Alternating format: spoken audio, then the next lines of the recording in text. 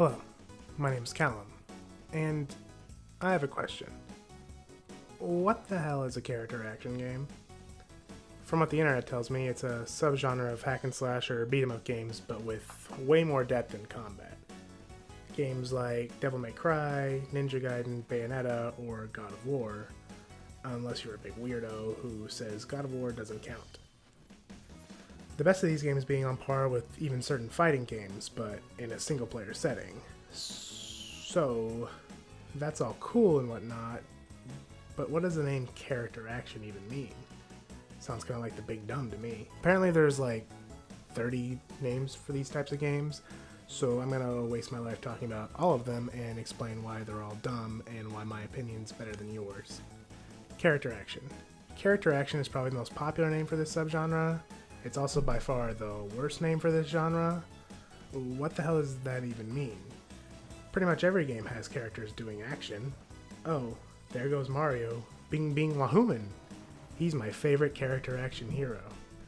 Oh, Master Chief really is shooting that gun and punching aliens. Halo is my favorite character action game.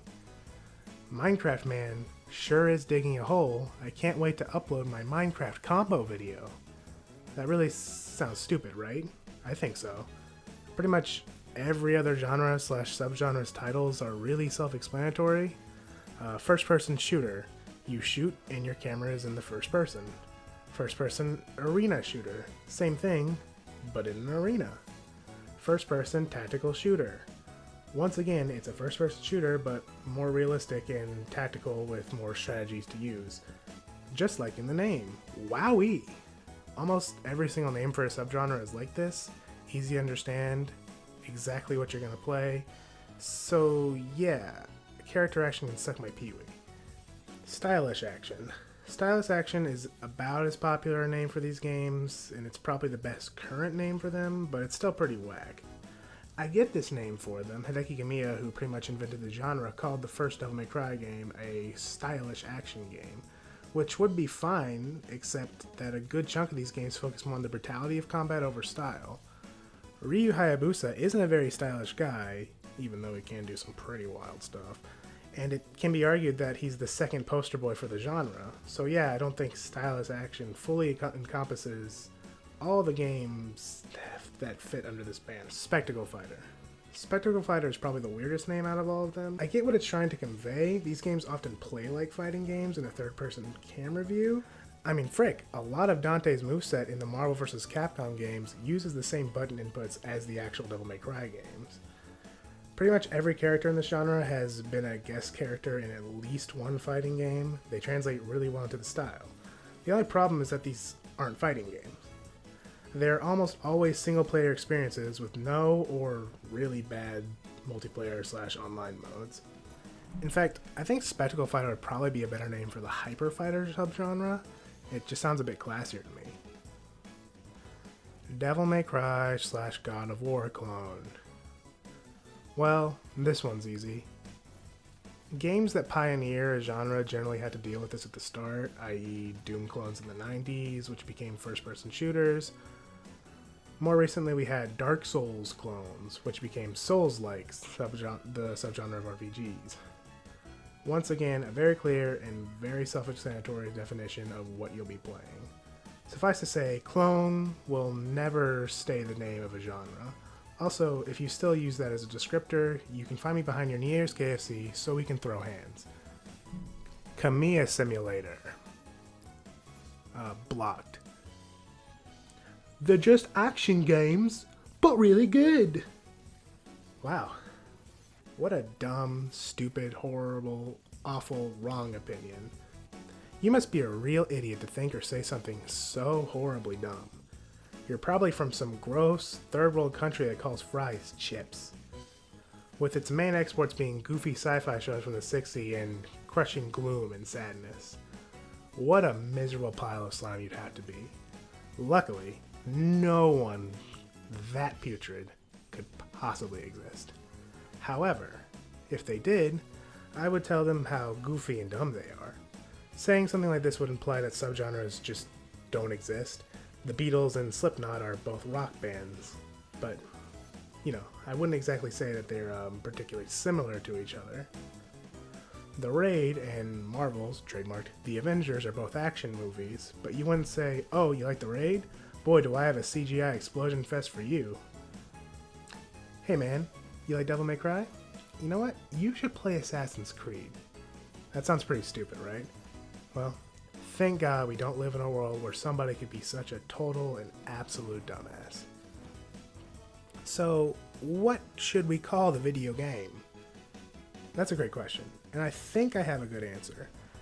After way too much time thinking about it and reading like one random comment off the internet, I think I have the best name for this subgenre, and that would be a technical action game.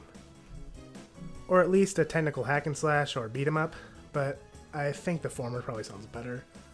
It just makes the most sense to me, a subcategory of action games that focuses on having the best and most satisfying combat. It's simple and self-explanatory like every good subgenre name is. So what am I going to do to try and make this name stick? Well, I'm going to tell you, you absolute moron. I want to make a series of reviews for pretty much every one of these games, starting with reviews for the most important games in the genre, mostly in release order, kicking off things with the first Devil May Cry, of course. What will separate your reviews with everyone else's, you conceited garbage can?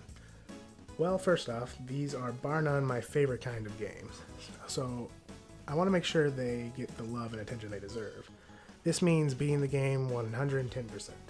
If the game has arbitrary achievements, then I want to get 1000 out of 1000, or a platinum trophy, or whatever dumb, stupid awards you can get for doing arbitrary things in this game.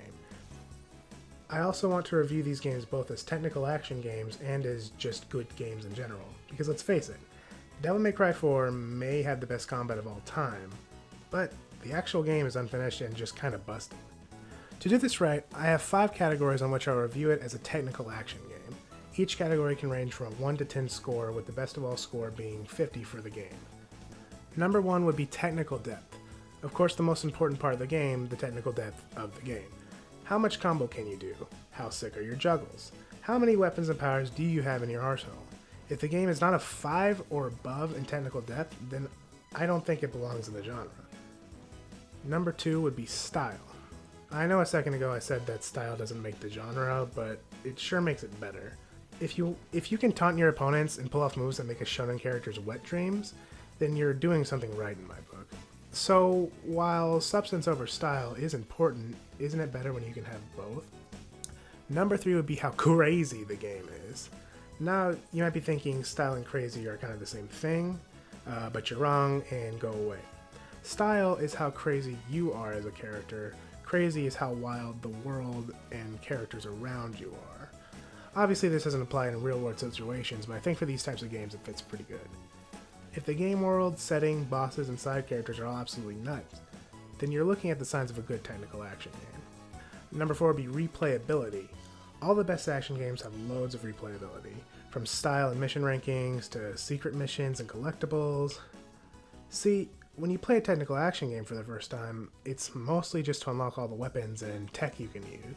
After that, you go back on a harder difficulty and truly get a grasp of how much radical stuff you can pull off with this game.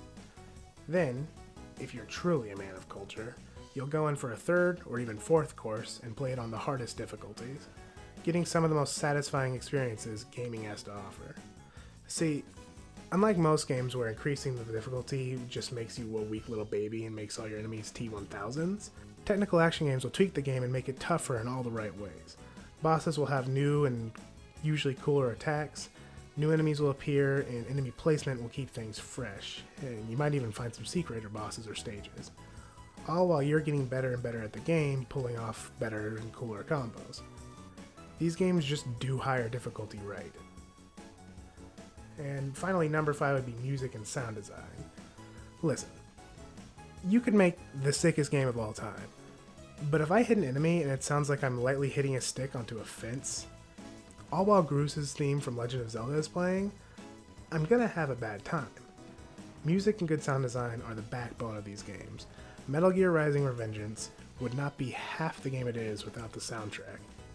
In DMC 5, the soundtrack gets louder and more intense the better you play.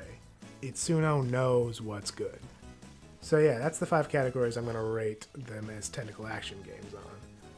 For how good the game is overall, I'm just going to do the good old 1 out of 10 scale and base it off the story, mechanics outside of combat, and level design. Of course, if the game doesn't run well, that will take off points from both sides. Well, that's it. Please look forward to my first review. Fuck you, Gaming Brit. It's bad!